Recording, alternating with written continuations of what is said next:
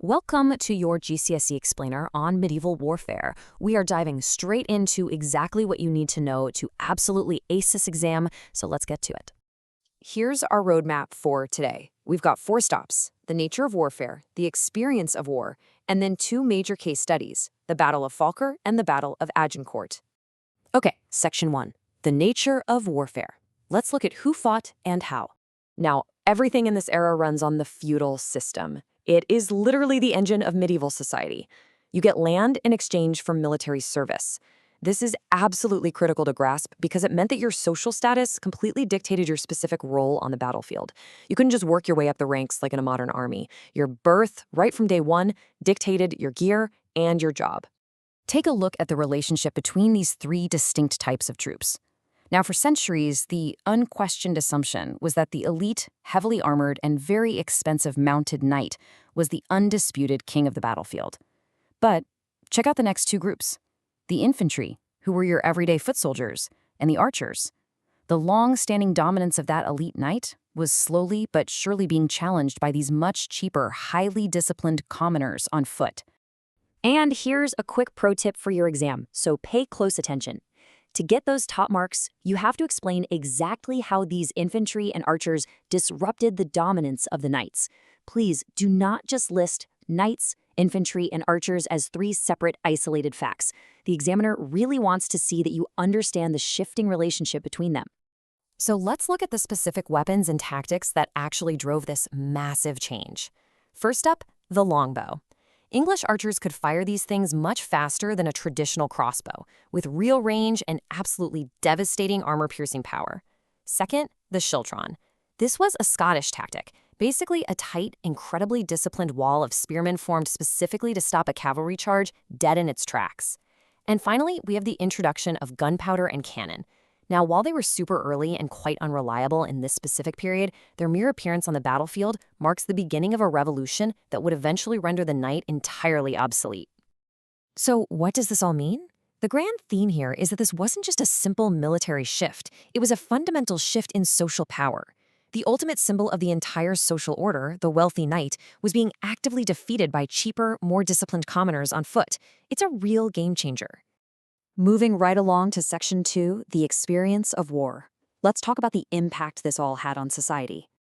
Recruitment was driven entirely by feudal duty. A lord owed the king military service, and that obligation was just passed straight down the social ladder to the tenants.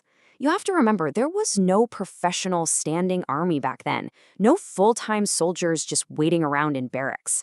Because of this, armies were temporarily assembled for specific campaigns and then just completely dissolved right after. And for the civilians left behind, well, the experience of war was deeply traumatic. It meant losing vital agricultural labor because the men were called away to fight. And honestly, even worse, they suffered through plunder.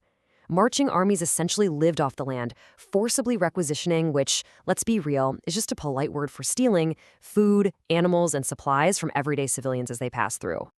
Another absolutely essential pro tip for you here. When the exam asks you about the impact of war on society, do not only write about the soldiers. You have to discuss this civilian disruption to farming, the massive loss of labor, and the devastating impact of plunder if you want to secure those higher-level consequence marks. All right, Section 3. Let's put this into practice with our first case study, the Battle of Falkirk in 1298. Notice this near-contemporary painting of King Edward I from Westminster Abbey. Edward was a highly seasoned commander, but at Falkirk, he faced a massive tactical problem. He had to figure out how to break through the famously stubborn Scottish defenses. The Scottish leader, William Wallace, deployed that exact defense we discussed earlier, the schiltron. Picture a massive, dense, circular wall of forward-facing spears. And you know what? Initially, it worked perfectly. It successfully stopped the English cavalry charges dead in their tracks. I mean, the horses simply would not charge into a wall of solid wood and steel. Now, Edward I had brought a genuinely formidable force. As we can see in this primary source document, the Falkirk Roll of Arms, which physically lists the coats of arms of the nobles present, he brought a massive, elite force of knights. But, as William Wallace just proved with his spearmen, knights just weren't enough on their own anymore. Let's break down exactly how Edward I responded to this deadlock. He used a brilliant tactical sequence.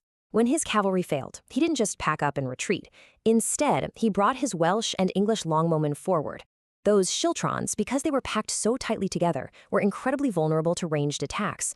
The archers just rained arrows down on the spearmen from a distance, completely breaking up those tight formations. Only then did Edward send his cavalry back in to sweep through the broken lines and finish the job. So the crucial takeaway for your exam regarding Falkirk is this exact concept: combined arms. The story isn't just that England won. The real story is that infantry could stop cavalry, but archers combined with cavalry won the day. It's this specific evolution in tactics that you absolutely need to explain. Moving on to Section 4, our second case study, the legendary Battle of Agincourt in 1415. Take a look at this 15th century primary source miniature. It perfectly captures the chaotic nature of the medieval battlefield we've been talking about. You've got heavily armored knights mixed right alongside archers and infantrymen. Here at Agincourt, King Henry V's much smaller English army faced a massive, incredibly well-equipped French force. The odds were entirely stacked against the English. They were vastly outnumbered, starving, and totally exhausted. But they won. And they won because of an absolute masterclass in utilizing terrain and weaponry. The battlefield was this narrow field of thick, deep mud. This terrain severely bogged the heavily armored French knights down. Meanwhile, Henry V positioned his highly disciplined longbowmen behind a defensive wall of sharpened wooden stakes. As the French knights trudged slowly through that thick mud, they just became sitting ducks for volley after volley of English arrows. The outcome? A disastrous, bloody defeat for the French nobility. The exam boards absolutely love to ask you to compare these two specific battles, Falkirk and Agincourt. Notice the nuance here. At Falkirk, the longbow was used offensively to support the cavalry, but fast forward to Agincourt, the longbow was used defensively, and the terrain, along with the sheer discipline of the troops standing behind those stakes, were just as vital to the victory as the bow itself. Listen carefully.